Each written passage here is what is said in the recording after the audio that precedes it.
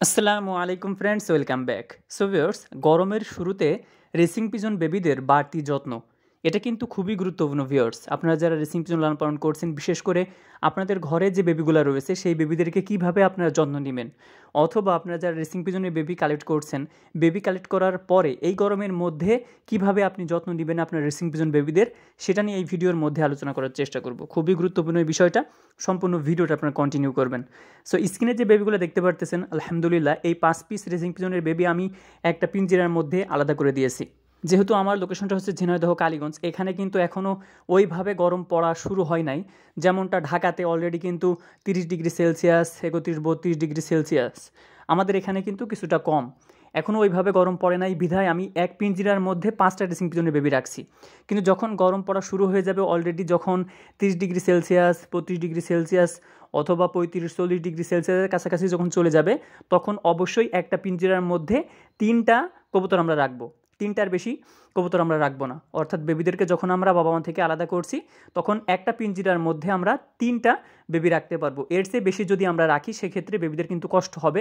গরমের মধ্যে বেবিরা কিন্তু আপনার আক্রান্ত হবে। অনেক সময় দেখা যায় যে সবুজ পায়খানা, চুনা পায়খানা তারা করছে, গরমের মধ্যে রোগে কিন্তু এইভাবে তারা আক্রান্ত হয়। এজন্য যে পিঞ্জিরা আপনার রয়েছে, যদি 24-24 হয় তাহলে অবশ্যই 3টার বেশি রাখবেন না।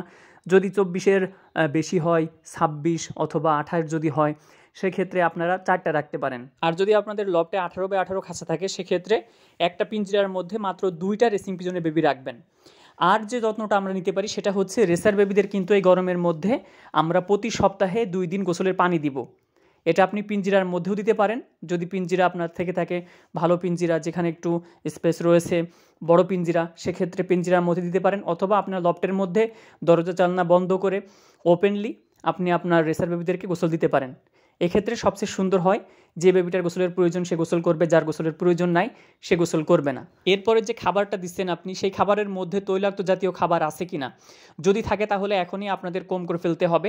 এই খাবারটা এখন কবুতরকে দেওয়া যাবে না। আপনি রানিং পেয়ার বলেন অথবা বেবি কবুতর বলেন, এই কবুতরগুলোকে এখন গরম জাতীয় যে খাবারগুলো রয়েছে, তৈলাক্ত জাতীয় যে খাবারগুলো রয়েছে, এইগুলো দেওয়া যাবে না। যেমন কুসুম ফুলের বীজ রয়েছে, কুসুম ফুলের বীজ আপনি দিতে পারেন, তুলনামূলকভাবে কম দিতে পারেন। তবে সূর্যমুখীর যে বীজটা রয়েছে, এটা কিন্তু এখন আপনি দিবেন না। তবে আপনার লবটা যদি ঠান্ডা জায়গায় হয় বা গাছের প্রচুর ছায়া রয়েছে, এমন জায়গায় যদি হয়ে থাকে, সেক্ষেত্রে আপনি দিতে পারেন সামান্য পরিমাণ।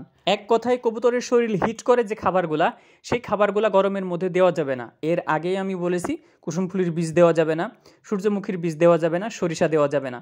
অনেকে আপনারা খাবারের মধ্যে সরিষাটা অ্যাড করছেন, এখন আপাতত স্টপ রাখতে হবে, যেহেতু গরম চলে আসছে।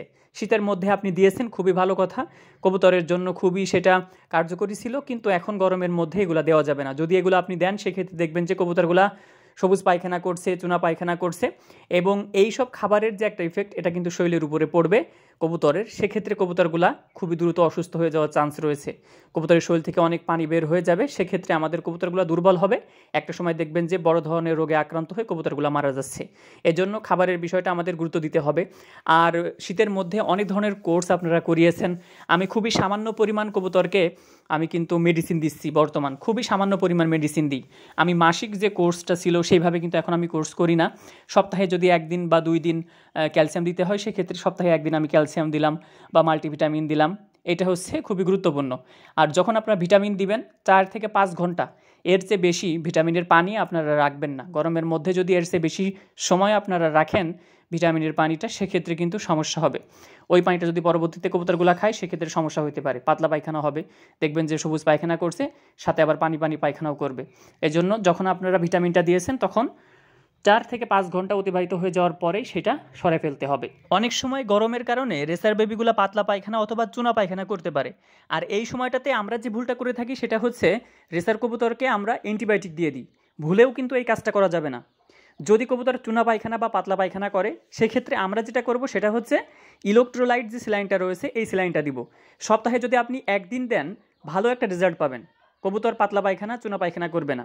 অনেক সময় ডায়রিয়া হয় গরমের মধ্যে, সেক্ষেত্রে যদি আপনি অ্যান্টিবায়োটিক দিয়ে দেন, হিতে বিপরীত হবে, কবুতরগুলো মারা যাইতে পারে।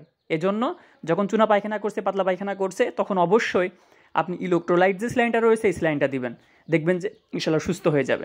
সো ভিউয়ার্স, আজকে এই পর্যন্ত। রেসিং পিজনের রেসিং পিজনের বেবিদের যত্ন নিয়ে পরবর্তীতে আরও কিছু ভিডিও আমি আপলোড করব। অবশ্যই আমাদের চ্যানেলটি সাবস্ক্রাইব করে রাখবেন, আর আমাদের এই ভিডিওটি যদি ভালো লেগে থাকে অবশ্যই আমাদের ভিডিওতে একটি লাইক দিবেন। আর বেবিগুলো কেমন হয়েছে অবশ্যই আপনারা কমেন্ট করবেন। অলরেডি 5 পিস আর এখানে 4 পিস, 9 পিস বেবি রেডি হয়ে গেছে।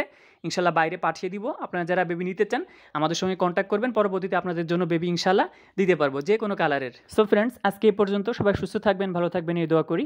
আসসালামু আলাইকুম ওয়া রাহমাতুল্লাহ।